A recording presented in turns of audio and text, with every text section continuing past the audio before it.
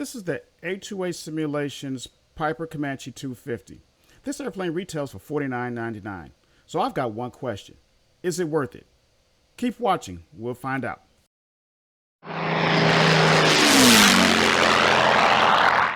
Hello everybody and welcome back to the channel. As I said before, this is the Piper Comanche 250 by A2A Simulations. So as you see here, that the Piper Comanche actually is really well rendered. Of course, most airplanes in Microsoft Flight Simulator are. I would say that they did a very good job in rendering this airplane.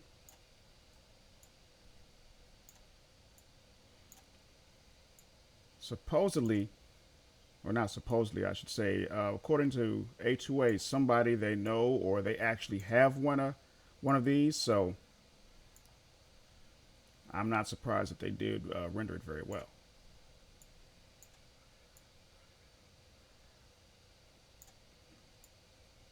So my system that I'm running is, of course, a Alpha Bravo throttle quadrant and a honeycomb throttle quadrant and honeycomb alpha yoke, and of course some good old-fashioned Logitech rudder pedals. So we're going to see how all that interfaces as well. So let's head inside. So what you have here, number one, is you have bungee cords. This is old school right here. They're using a bungee cord to keep the flight control surfaces from flapping in the wind. So this is a glorified control lock. So I'm going to go ahead and, before you can do anything, remove those. So here we go. And they pop up here. So now I'm going to remove the old school control yoke.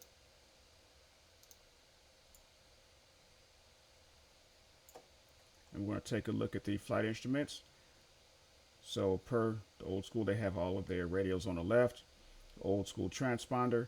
Now the beauty of this is everything can be manipulated. So I do believe A2A Simulations really did go for study level on this particular airplane. Everything that's here can be manipulated. Now here we have the A2A Simulations iPad or tablet.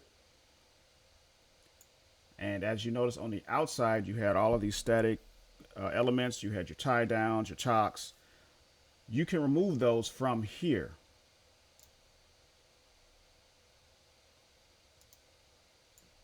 Come on, just turn on.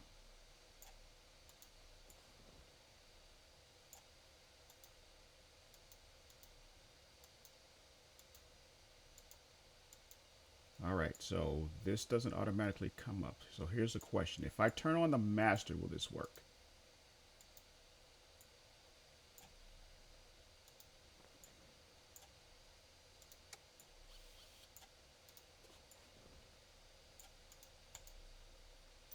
Nope, it does not.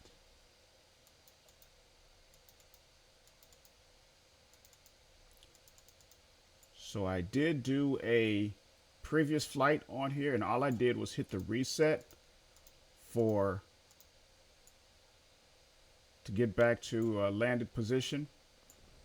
And as of right now, it seems that if you do that, your tablet stops working. So what I'm going to do is I'm going to go ahead and shut down and restart my system and see if we can eliminate this glitch. Actually, let's see if okay, so I have the master on and I have my avionics on. And yeah, it's a no-go here. So what I'm going to do is shut down Microsoft Flight Simulator completely, reset the system. That should fix it, but I have a concern here. This is not ideal. I should be able to pull this up every time I reset. But okay, so I'm going to go ahead and do that and then get right back with you. Okay, everybody, I'm back. So here's what I did to fix that little glitch. I went back out to the main menu and just restarted everything. So hopefully that fixed the glitch. So let's go ahead and see.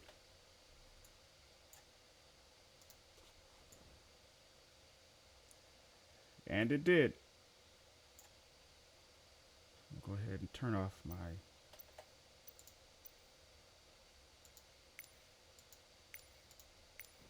Turn off my eye tracker here. Thing about the eye tracker is it's great for looking around, but when you're trying to push buttons, it doesn't really work out that well, especially when you're up close. It works better when you're further away. So I'm not going to worry about that right now. All right, so this is the tablet. So here we have our flight information.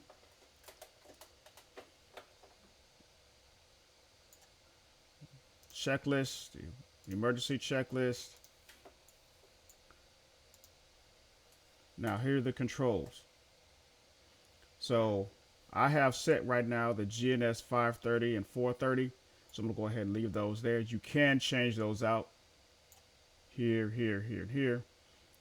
You can change your fuel payload here. Your maintenance. And if you want to do a walk around, you could.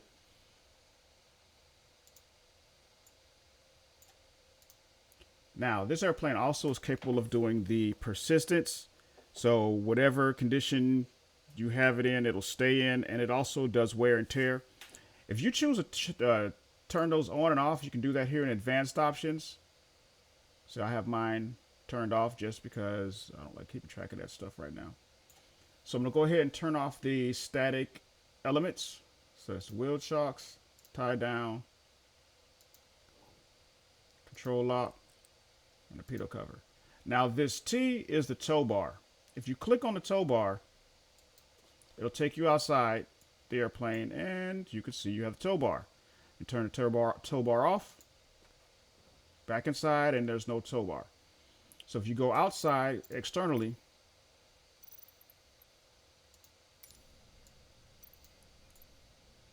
you see all the static elements are off and there is no tow bar.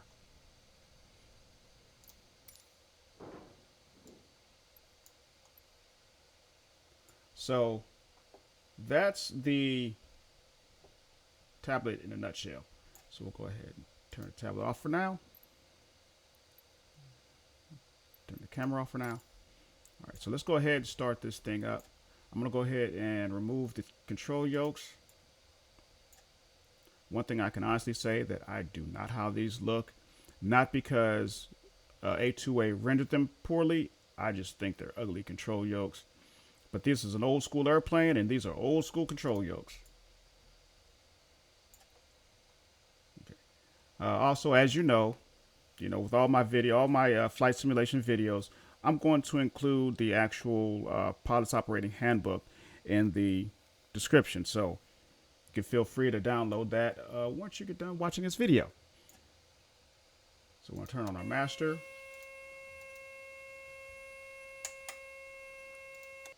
So here's something I also want you to recognize. I'm using the Honeycomb Alpha control yoke and the Honeycomb Bravo throttle quadrant, and of course Logitech rotor pedals. The rotor pedals are working fine. Okay, the throttle quadrant is running just fine. All the main things work. However, the buttons on my yoke are not actually synced, or some of them aren't synced to the airplane itself. So evidently A2A Simulations has a configuration tool that does pop up when you install it. I didn't have much luck with that because mostly it didn't really work for me. I haven't gotten to the bottom as to why, so I can't say it's a poor thing, but I can't say it actually works either because I haven't done enough work on there to try to figure that out. Nor have I contacted A2A Simulations about its working or not working. A2A does have a 3-hour video on how to use this airplane. It's like the Comanche 250 for beginners.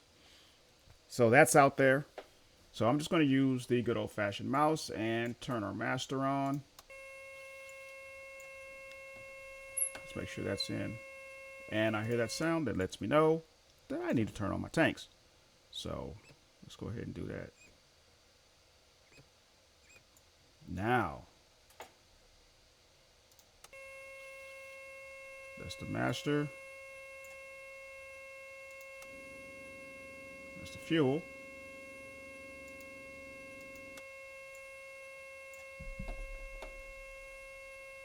Then I'm going to prime it.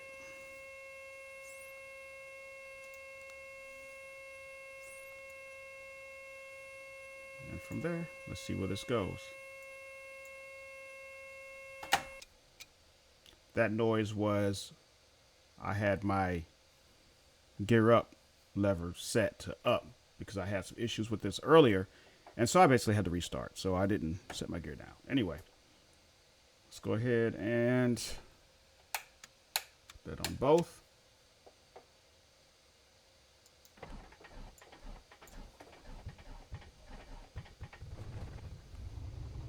And there we are.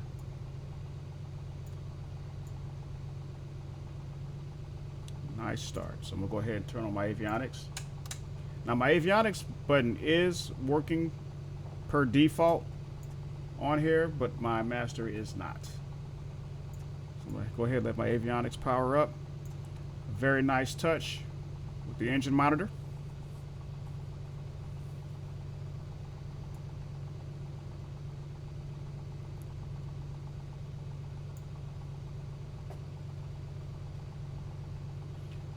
I saw earlier while waiting for this, I saw earlier somebody do something with the engine. Flight info. Controls, payload, maintenance.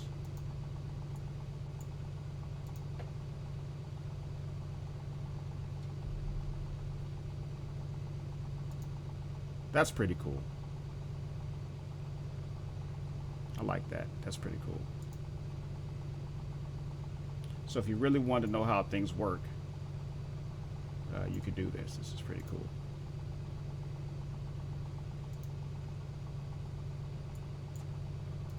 All right, let's go ahead and deal with our avionics here.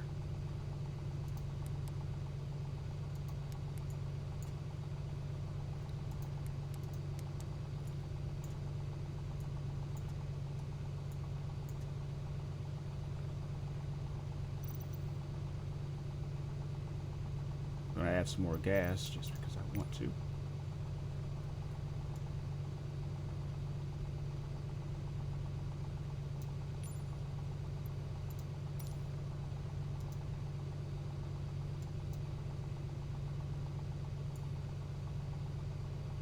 All right, so on this airplane, pretty much everything you want to touch and manipulate or should be manipulated can be manipulated. There's not a single thing in here that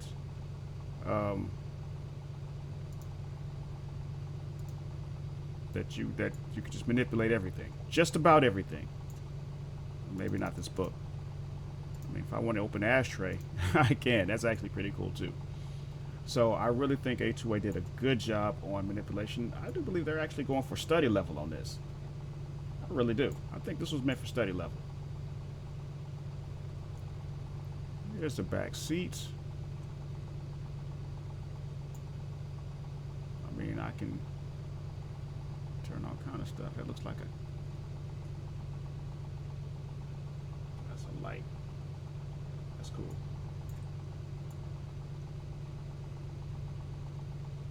There's your flap settings here.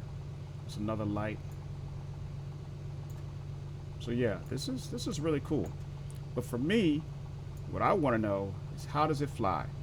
Because this does retail at $49.99 off the A2A Simulations website. So for me, what would make it worth it is how it flies, and that's what we're getting ready to answer. So let's go ahead and turn the park brake off. Let's get our run up out the way.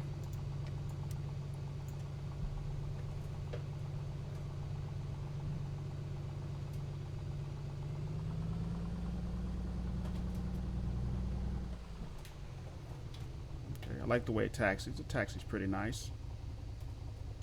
Go ahead and stop it here. Let's do a run up.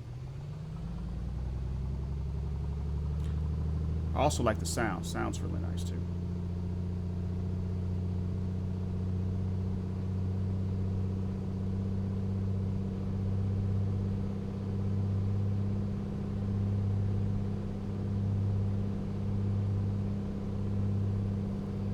Magneto check.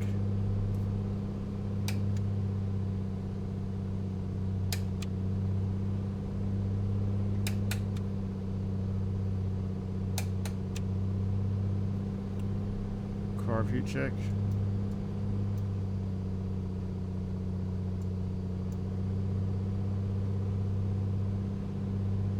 Props. Oh, that's a nice sound.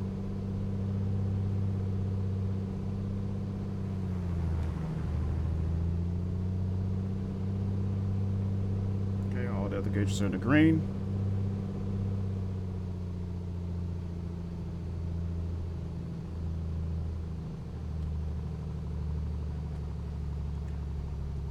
Another thing on here too that I actually forgot to mention is flight intro. Somewhere in here you can actually do noise canceling headsets. Where is that at? Headphones. Listen to that. Noise canceling headphones. That's cool. And I actually use noise canceling headphones when I'm actually flying, and it's they're pretty spot on with that. So I'm going to keep the noise canceling headset on for a while.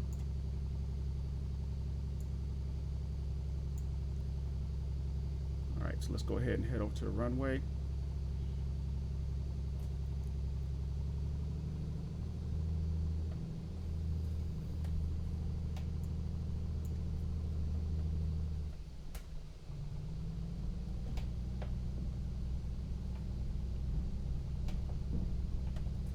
Taxi's nice.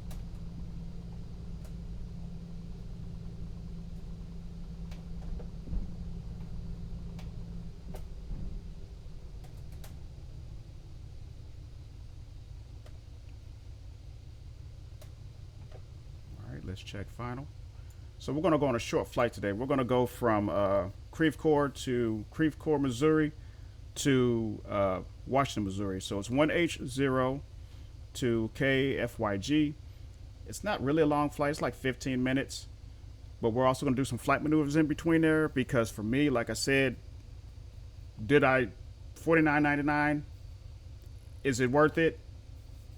I'm going to determine that by the way it flies. That is my big thing. So let's go ahead. There's nobody on final, mostly because I turned off traffic. Keep my frames up. If I weren't doing a review, I would have the traffic on. If I was just flying around for fun. Well, still fun, but you know. All right, let's go.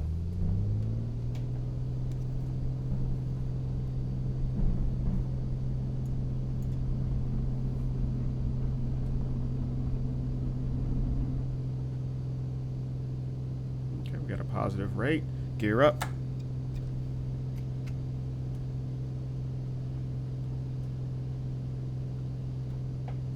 Let's see.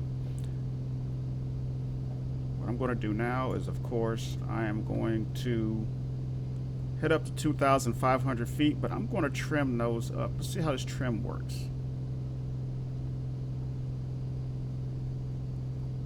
I'm going to see.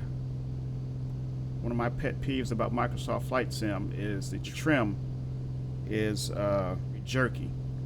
So let's see, I'm going to trim for 1,000 feet a minute and see if it'll hold 1,000 feet a minute.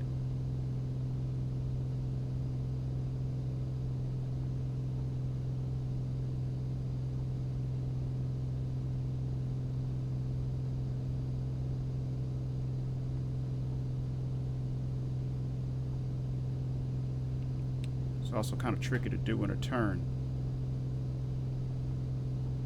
So it's not necessarily a fair thing, but I will say this: it's not necessarily holding 1,000 feet a minute because I am in a turn.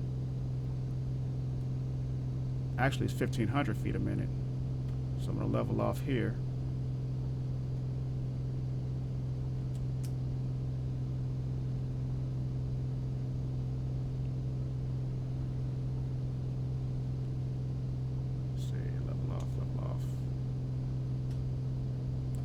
Take out some of this power, that would help. Let's get back down to my altitude.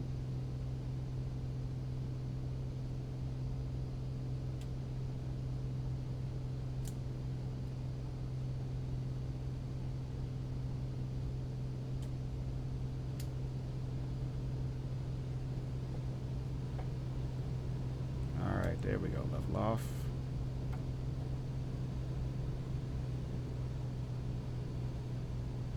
Okay, so we're level. Now we're level.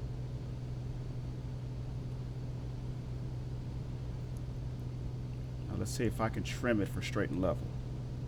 Now I'm going to say this. This is a standard day at 59 degrees, and it's bumping around like it's in the summertime. So I'm going to check the weather here and make sure I have this set the way I want it set, because I should be bumping around like this in 59 degree weather. So 59 degrees, 2992 standard day.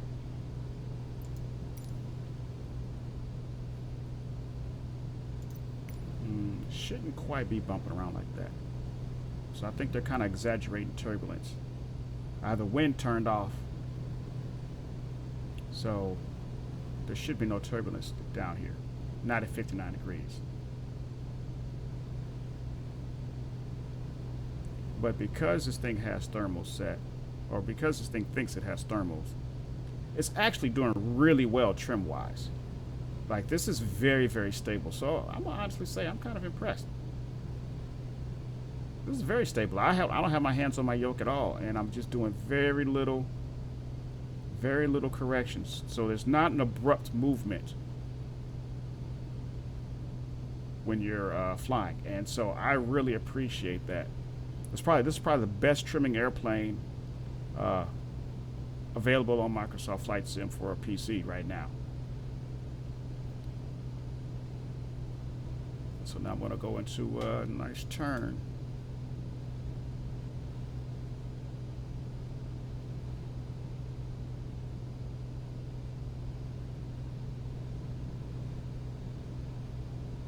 Yeah, like I said, 2,500 feet on a 59 degree day.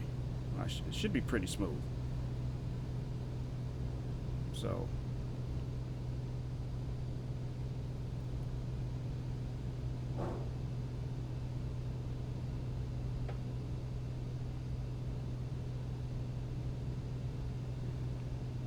I can say I do like the way it turns. It turns very nicely.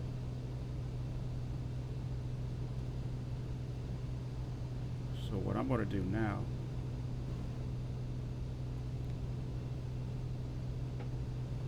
is I'm going to get out from under this Class Bravo airspace, and I'm going to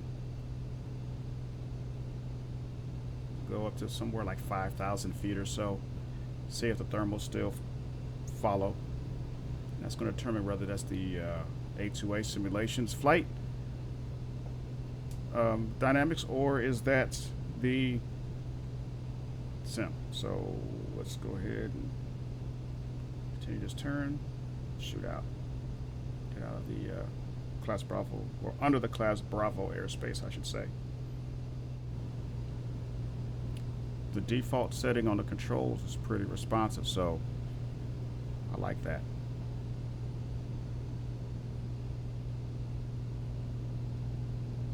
All right.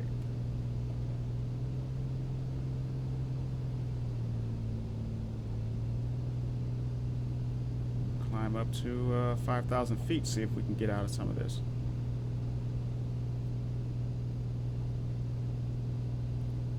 And I'm going to trim for about 1,000 feet per minute. Okay, I got it nailed. 1,000 feet per minute, hands free. That's impressive. This is impressive.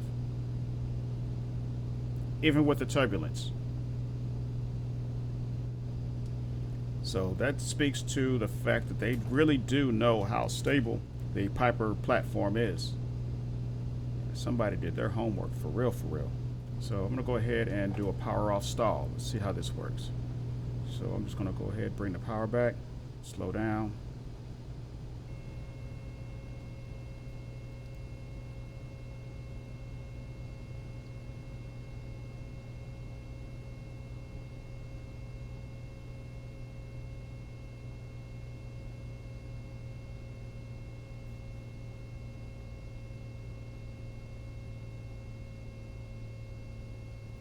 we'll just see. We're going to do a clean power off stall.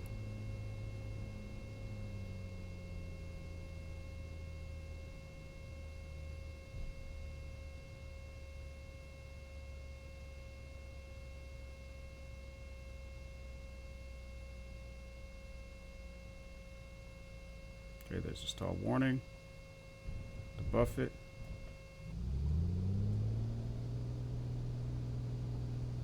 That's not too bad.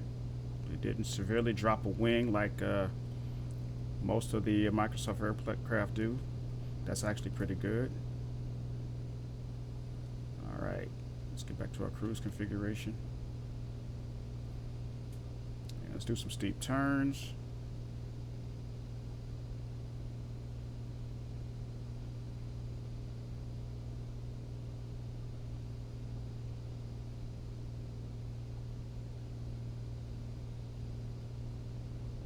That's not too bad either.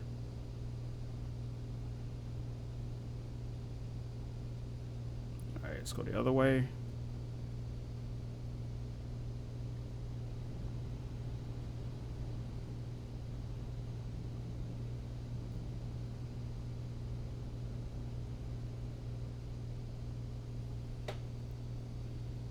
Again, that's not bad at all.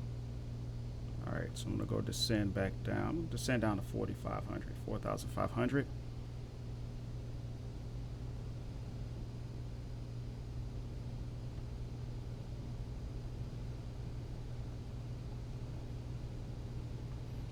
And I'm gonna find my course line, then I'm gonna test out the autopilot. So we're actually not too far from Washington, Missouri. So like I said, it was a quick flight.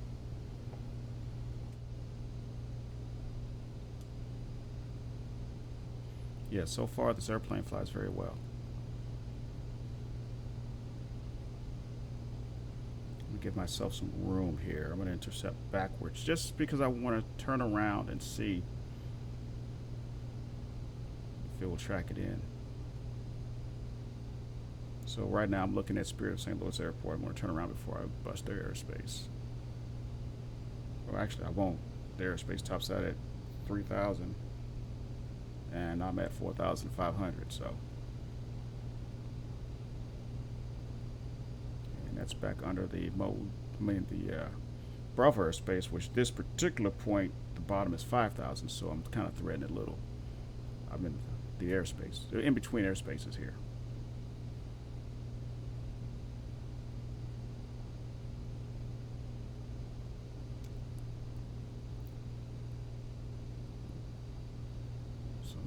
Go ahead and make that turn. Get on the course line, see if it'll hold the course.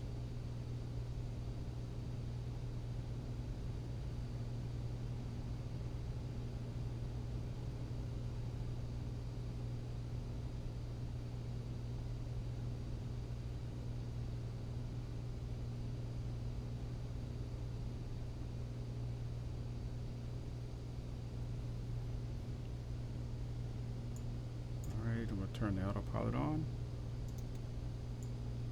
So here's your autopilot right here based on a turn coordinator. So I'm going to set my heading bug to where I'm at just in case. And I'm going to go to altitude.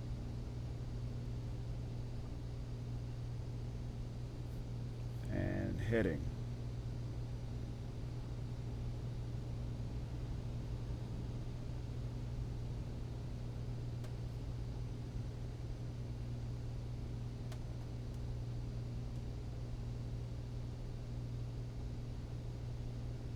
So it's hunting a little bit. There we go. We found altitude. All right, let's see if we can get a heading going.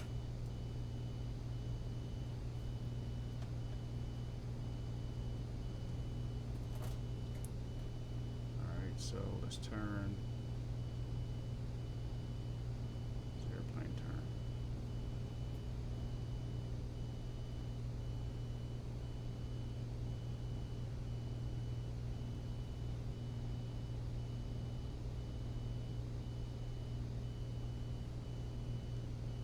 I don't know what's up with that. try this. There we go. So, there we go.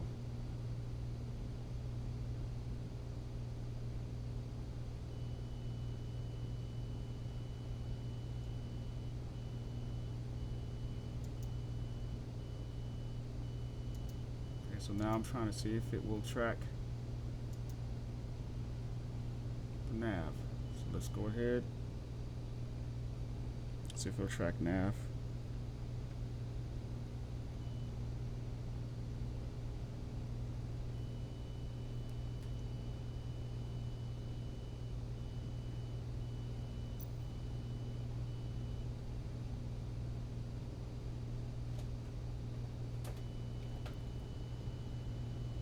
Doesn't look like it will.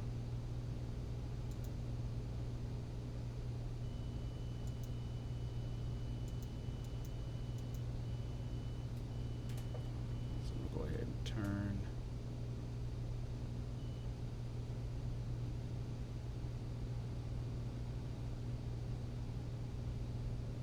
But it does hold altitude really well.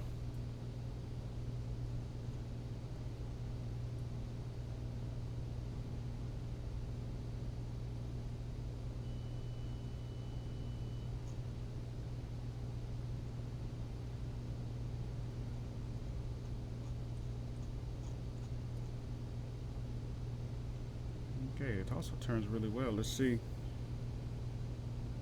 I can get it to get that navigation though. Now here's the thing. If it didn't, it wouldn't surprise me, because I'm not entirely sure that this particular autopilot is capable of tracking the GPS. Some autopilots can do it, some can't, and we'll have to see. But I don't think this one does. And if it doesn't, you know, that's okay, because that would make it basically a two-axis autopilot. You have turn and altitude, heading and altitude. But you know, if you can't slave it to the navigation, that's fine too.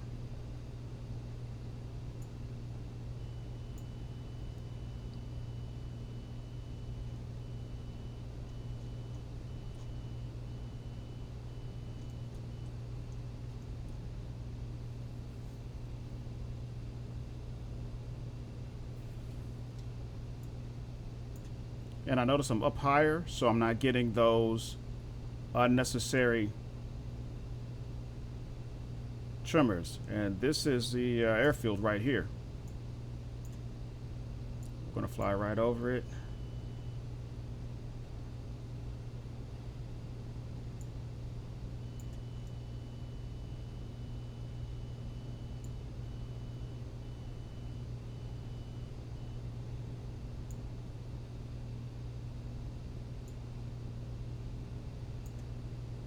So now I'm going to turn away from it.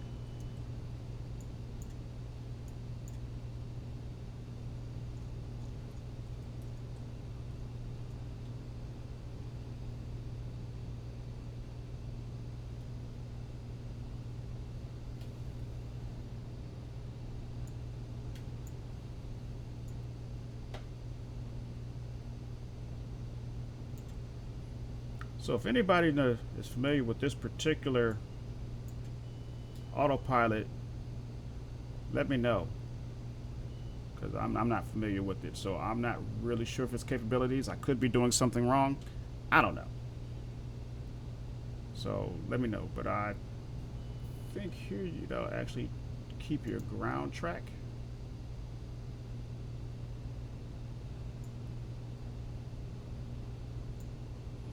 Now here's something interesting. This shows that I am actually flying away from my course line. But according to my Garmin Pilot, I'm flying to my course line. So that's problematic to me. Usually my Garmin Pilot on my iPad and my simulator line up. Or, wait a minute, the airplane's actually backwards, so that's a glitch. Okay, so that needs to be fixed. is that the airplane is actually facing backwards.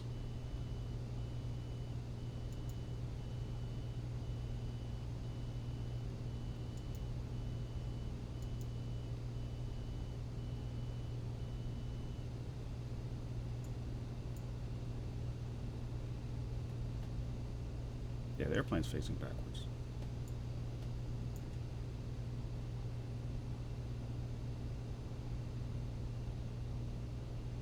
Okay, I think I also just found how to, let's see where this turns to. I think this ST might stand for steering, because it looks like it's turning into the course line.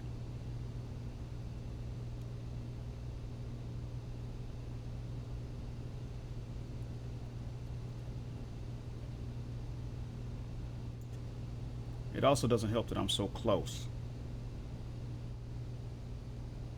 Nope, it's flying me in circles.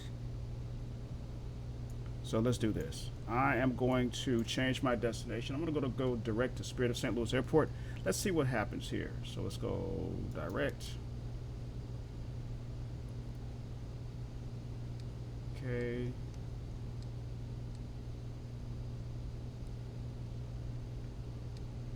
SUS.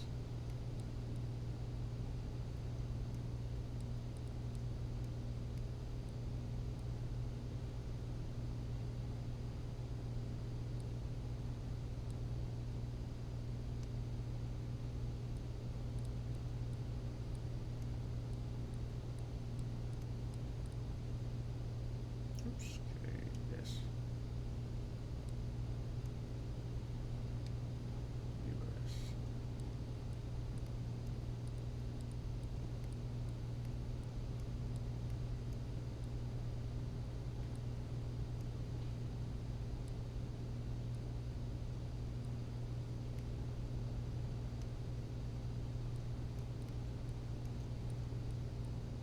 Since I'm flying in this circle here, let's see if it'll change.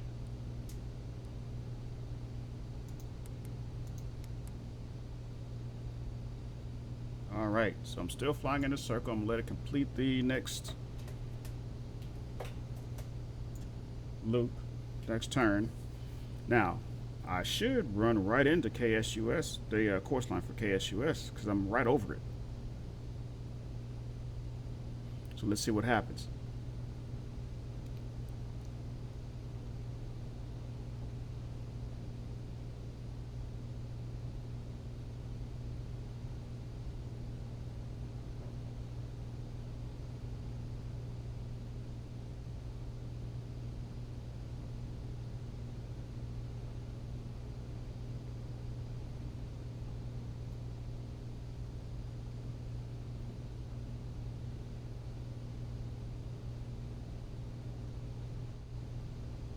Okay, I should be facing the, I'm on the course line now.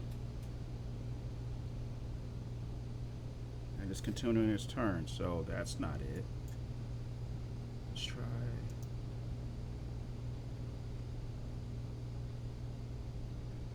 Heading is heading.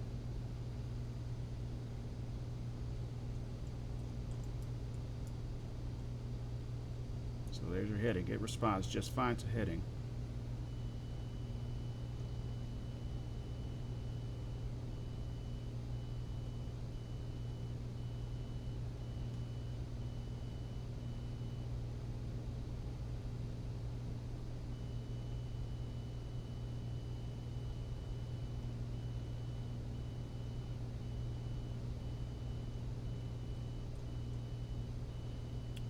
All right, and once we're on our course line,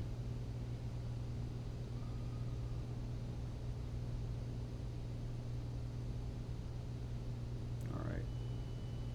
So yeah, this is way off.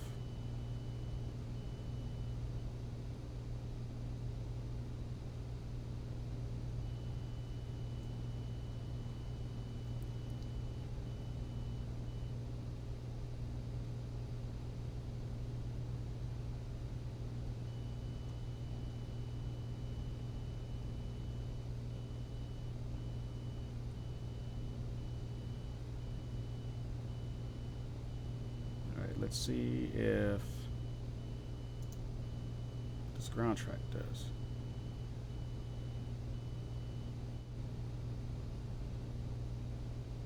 Okay, so what it looks to me is like it will hold the ground track, but it won't necessarily follow the line.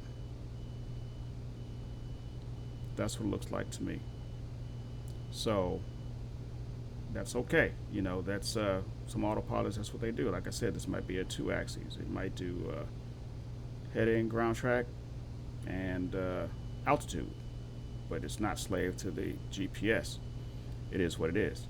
So you know what? I'm gonna go ahead and go to Spirit of St. Louis Airport. So let me go ahead and get clearance into that before.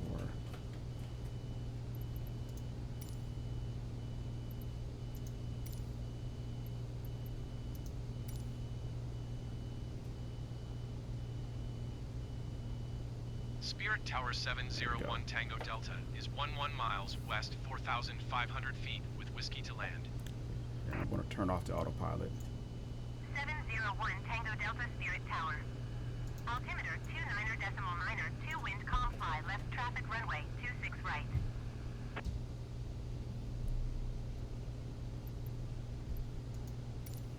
Enter left downwind runway 26 right, 1 Tango Delta. All right, so we're going direct to KSUS. I'm going to go ahead and lose some altitude.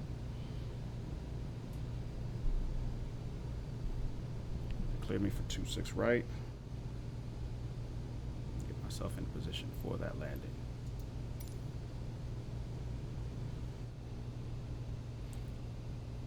So now we're going to see how this lands.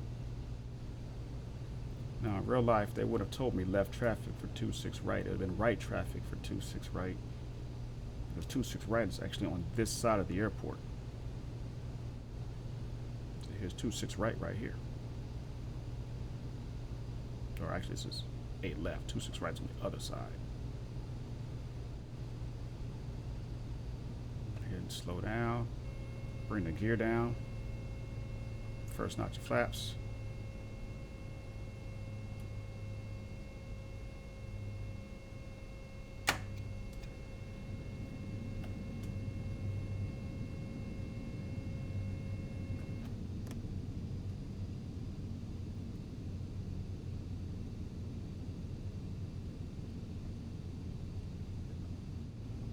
Mixture rich.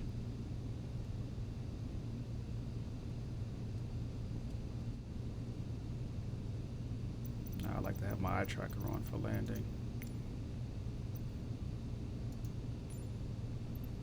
There we go.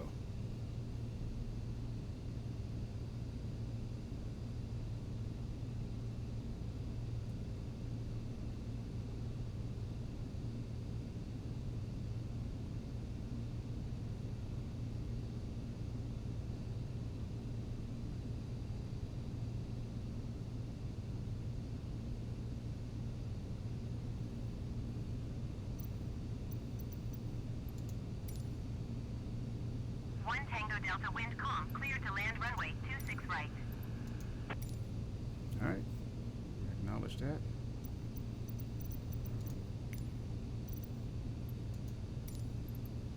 Clear to land runway 26 right, 1 Tango Delta.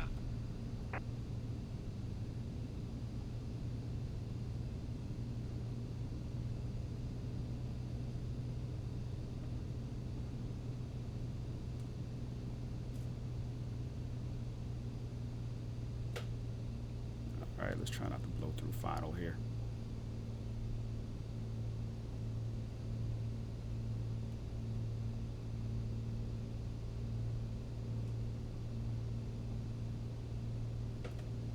There we are. Next notch of flaps. Props in. Take throttle out.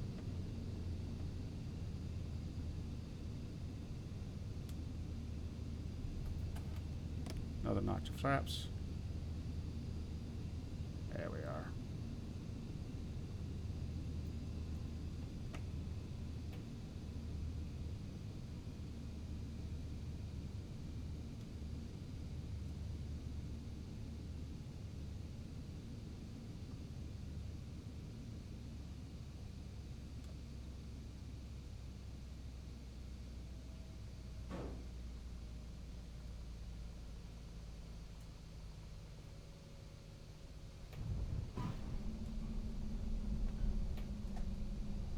we go.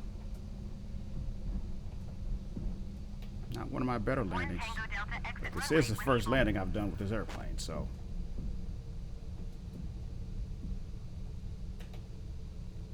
I didn't break it.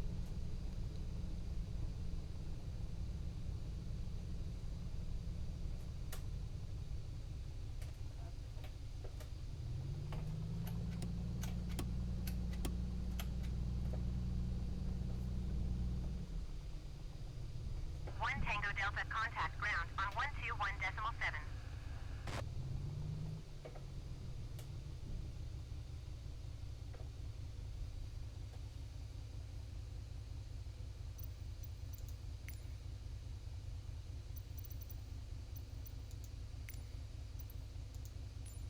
Tango Delta, did you hear my last transmission? 121.71 Tango Delta.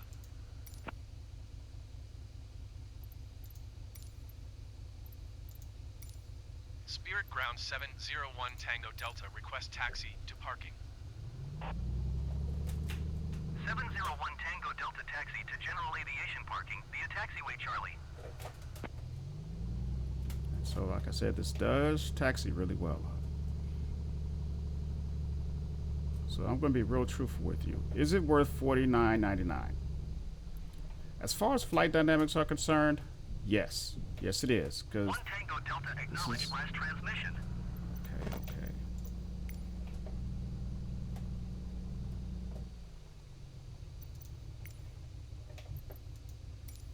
Taxiing to General Aviation Parking using As far as I'm taxiway concerned, Charlie 1 Tango Delta. flight dynamics, yes. Yes, it is. Accuracy, for the most part, yes. Now, there are some glitches that do need to be fixed. Number one is this GPS. The plane is backwards. So I figured somebody's going to let them know that, because I'm pretty sure they're going to watch these videos. Or I might send a letter directly to them saying, hey, your plane's backward.